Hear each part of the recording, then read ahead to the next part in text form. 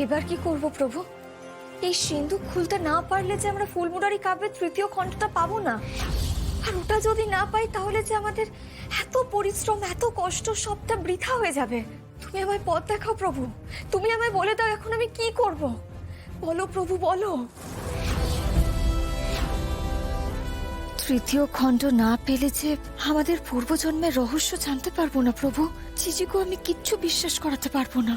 আমাদের পথে তো তুমি সব সময় আমাদের পাশে থেকেছো। তুমি আমাদের সহায় হও প্রভু, সাহায্য করো। আমাদের এত চেষ্টা বিফলে যেতে দিও না প্রভু। হরে কৃষ্ণ কৃষ্ণ কৃষ্ণ হরে হরে, হরে রাম রাম রাম হরে হরে।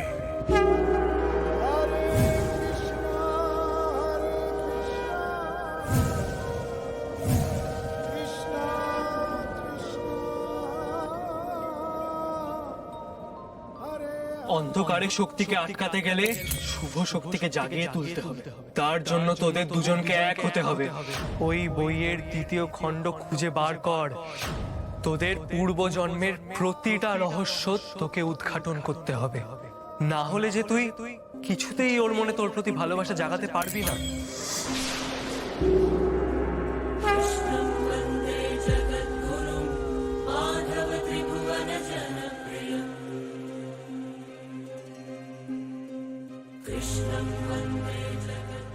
জিজি এসো, আমার সঙ্গে হাত লাগাও।